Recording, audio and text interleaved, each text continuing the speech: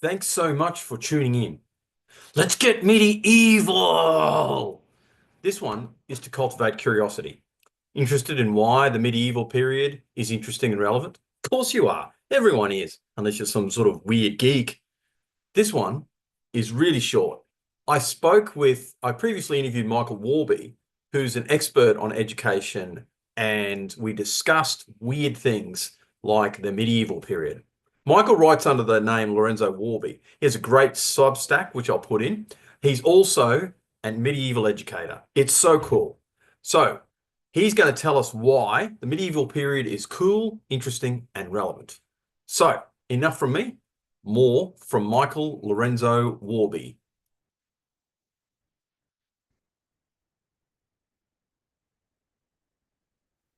Stand up, show us what you're wearing, and let's get medieval, brother. So I put on a medieval style jerkin, right, which I actually bought in the United States at a very big medieval event. I haven't gotten the full thing with the puffy sleeves and everything. Just the jerkin's fine.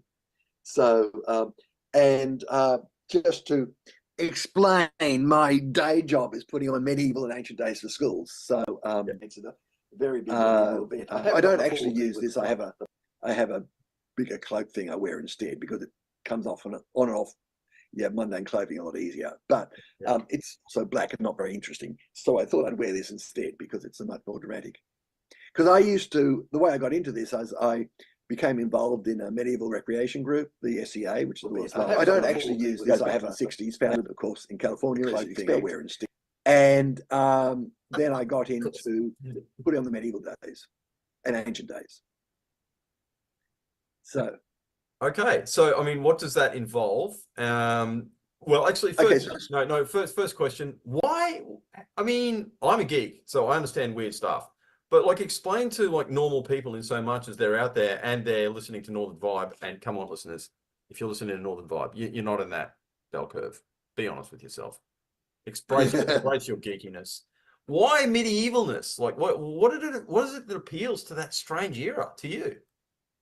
Okay, so I originally got in it because it was fun to dress up, and it had a community structure to it, right? So, it's divided into kingdoms who have baronies and shires. So, the first thing to be is a shire. If you get bigger, you become a barony. You may be a principality and then a kingdom, right? There's a whole set of kingdoms, but it had everything. It had social interaction, it had feasts, it had people fighting, it had arts and crafts, and you really did become part of a community. It's great. In particular, it's a great way to raise kids because you've got things for them to do and people for them to meet. People dress up in armor and they fight. We use rattan weapons because rattan's basically solid bamboo, so it's light, strong, and doesn't splinter very easily. Nowadays, there's been a bit of a shift towards certain plastics, which also light, strong, and don't splinter. And yes, and it's an honor-based fighting system. Because you're in armor and you're using rattan, you can belt each other pretty hard. You don't have to worry about, because if you're trying to recreate fighting with actual metal weapons, then you've got to control how you hit each other. Yeah. But if you're in armor and you're hitting each other with rattan weapons, apart from, it's got to be above the knees, you can sort of belt into each other, so you can go full bore into each other. So as somebody said, you can either have fake fighting with real weapons or real fighting with fake weapons, which is slightly a simplification, but basically right. I don't know if there still is. There used to be on YouTube pictures of the Royal Canadian Mounties Riot Squad practicing against SEA folk. I don't know if you still find it, but there used to be. I have actually seen it. But yes, because, they've got shields and weapons and they would push back, and most rioters don't know what they're doing. So if you can deal with people who actually do know what they're doing, you're much more effective against people who don't know what they're doing. It's the same principle as Roman training swords were a lot heavier than their ordinary swords. So tell us what you do, because there's a real, as much as it's uber cool, there's a real educational thing to this. And you go out to schools. You go, mate, tell us about that. Yeah, okay. So what we have various presentations that we put on, right? And we do ancient and we do medieval. So we do year sevens basically in year eights and occasionally some primary schools.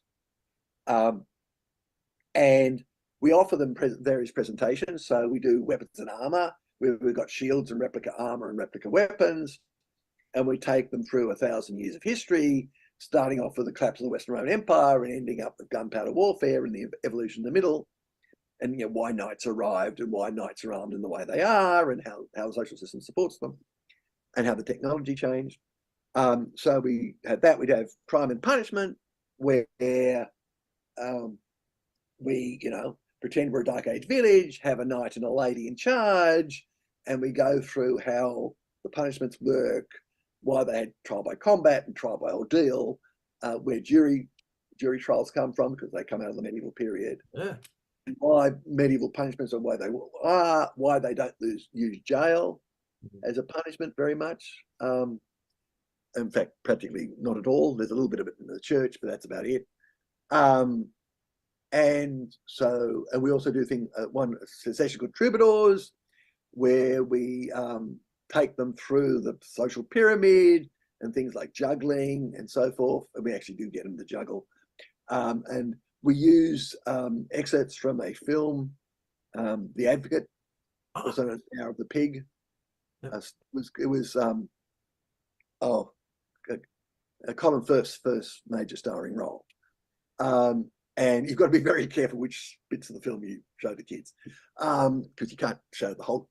It's not suitable for children otherwise, but there are bits that you can use. No, it most certainly is not. But the banquet scene, for example, is fine. And there's a pig trial scene too, which we sometimes use in Crime and Punishment. But the banquet scene is great because it has various types of entertainers. You can talk about the interaction with the social pyramid, why the gypsy girl is both the centerpiece of the entertainment, but also really vulnerable when things go wrong. So that's troubadours. We do archery, where we shoot at a man-sized target with blunt arrows. We do games where we play various medieval games with them. We have a medieval Japan session, which we use pictures and talking in a sort of passive role play to take them through medieval Japanese history. So we've got all these, presentations, and schools decide which presentations they want to provide, want us to provide to them. We do heraldry, for example, if you want to. And we also do that in the ancient period. So we do things like sports and status, where we go through various Greek games and the role of taking risks for your city-state in the politics of Greece, and whether you have a vote and whether you could stand for office and so forth.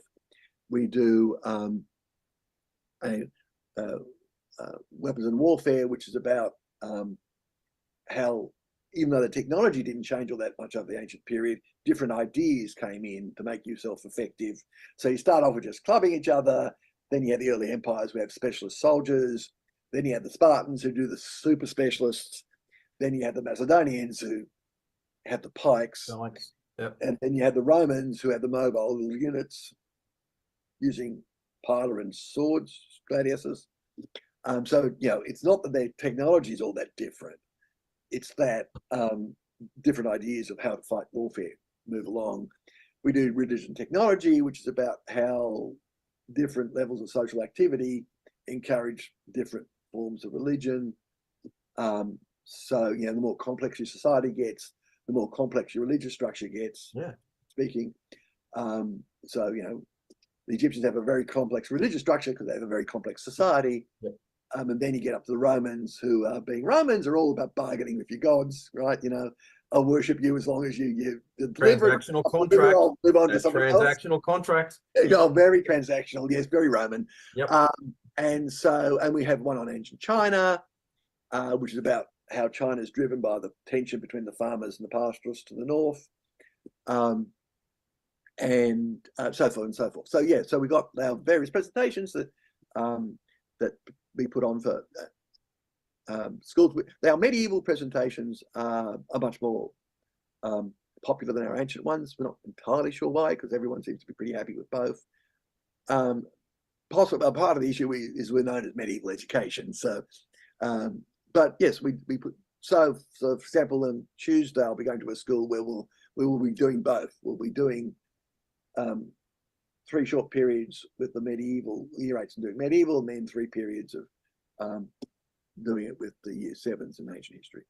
What I'm hearing there is it's not just show and tell, because No. again, there are real learning objectives that you have linked in with that, right? Yes. Correct? Yes, absolutely. Okay. Now, and I just want to discuss so I'm going to pull up your screen, but like while I'm doing that, could you tell us if someone wants to contact the company to get you out there cavorting and capering? Yeah, that's my Substack. Yep. And it's good, by the way. So, okay, look, sorry, mate. If I had more money, I'd give it to you. I swear to God. But look, for all the listeners out there, it's really, really good. So check out, look at some of the cool stuff that he's written about here. Honestly, really, really cool. Yep. Some archive stuff there as well. So that's just them in order of publication. Yep. And that's kind of like that's really, really true too. It's like, I've found there's really not much I disagree with, to be candid. Yes. Yeah. So, but like if they want to get you for the medieval stuff, like and hang on. And that's so if you Google Mick's name, it brings up his LinkedIn and stuff like that too. So just Google him there, and he's on Facebook. Yes. So, but all right. And tell us where this medieval stuff is. I'll look that up while you're talking. www.medieval.com.au. Now, I have to point out that we have a lot of gear, right? So, because you've got the replica armor and the replica swords and so forth and so forth and so forth. So we operate essentially in Victoria, mainly in Melbourne, intercountry Victoria. We have done one sweep through South Australia, and we did one sweep up to Canberra. But normally, because of all the gear, we're operating in Victoria. Yep. Here it is. That's us. Oh my God, that is so cool. So again, medieval.com.au. And mate, is it expensive, or like, do you mind me asking? I don't actually do the financial side. That's our pipeline manager. But yeah, I mean, we've been hired by schools that don't have a lot of money. So typically, it's about $10, $20 per student, roughly. Wow. Also, that sort of order depends on what you order. It depends on how many students, right? And so we get hired by schools of all types. That is ringing my bells right about there. And you don't even have to be a weirdo geek like you and I kind of like really enjoy that kind of stuff. You know what I'm saying? Yeah. And especially when you're linking it with real learning objectives, it's like, this comparative and understanding the evolution of where this stuff comes through. I should have mentioned our most popular presentation, which is tournament, where one of us dresses up in armor, and we, after taking them through the safety rules and some basic explanation and training, we allow the kids to have a wallop at us with the rattan weapons. Of course. I mean, who's not going to love that? And how do you define it? So what period are you, when you talk medieval, what period are you talking about here? Okay, so if you're talking Europe, you're basically talking from the end of the Western Roman Empire, which is officially 476, to around about 1500. So when gunpowder warfare is really starting to take off. So it's basically when the Romans collapse, and you've got to find new ways of arranging, how to water your societies, until gunpowder warfare comes in a big way. So there's sort of two concepts of medieval. Well, that's us. We Mongols were sweeping through. We Mongols were sweeping through your crappy little in the 13th century, backwater in the 13th century. Yeah, giving you guys the white war, teaching you all about siege engines, showing you how to ride a horse and win the occasional. This is how cavalry battles are done. Just throwing it out there. Yes, well, there's There's the first and there's second invasion of Hungary, for example. Yes. In the- Okay. You got us on the second. You got us on the second. Oh. Yes, indeed, very badly. So there's two ways of thinking about medieval. One is it's the time between your classical period in your civilization and the modern era. Yeah. Yep. Because the modern era hits different civilizations at different times, and different civilizations have their classical periods at different times, right? Yeah, totally. So the classical period of Islam doesn't start till the 7th century because Islam doesn't start till the 7th century, right? Sure. Yeah. And the classical period of Japan basically is the Heian period. So anything after 794, when the Kyoto becomes the capital, up until, well, probably the establishment of the first Bakufu in 1185, the classical period of Chinese history is sort of spring and autumn period, Warring Straits up to the end of the Han, depending on how you look at it. Yeah. No, and so on and so forth. And when modernity comes in, varies. So, for example, there's a Japanese historian who argues that the first modern society is really Song China. Yeah. And the argument for that is they've got the printing press, they've got gunpowder warfare, they've got a very meritocratic system that they evolved, it's bureaucratic, it's highly commercial, and the state's in charge and manages religion to its own benefit, right? So, and they've got an attitude to its technology. They actually give prizes for people who invent better things. So it looks very modern in so many ways. But modernity doesn't really hit Islam, for example, until after Napoleon's invasion of Egypt. Modernity doesn't really hit Japan until after Commodore Perry turns up, right? So when your modern period starts and when your classic varies. So if you just define it as between your classical and your modern, medieval, between times, then different societies have their medieval societies at different periods. But if you say it's about how a society works, then you've got a different picture, because it's a medieval society. Then if you've got some system whereby there's a local guy on horseback in armor who's a warrior who has various farmers supporting him. So something like some form of fief system, right? Yep. So a bunch of farmers supporting a local warrior. Now, if you're going for that version, well, then the first medieval societies in Iran, in Persia, in the Iranian plateau. And there's a prominent historian who argues that actually it begins in the 7th century BC, because that's when the Scythians conquer North Iran. Yeah. We know it was definitely happening in the 3rd century BC, because that's when the Parthian Empire is set up, and it's absolutely set up in this structure. So you got farmers who support gentry horse archers and great nobles in full armor and fully armored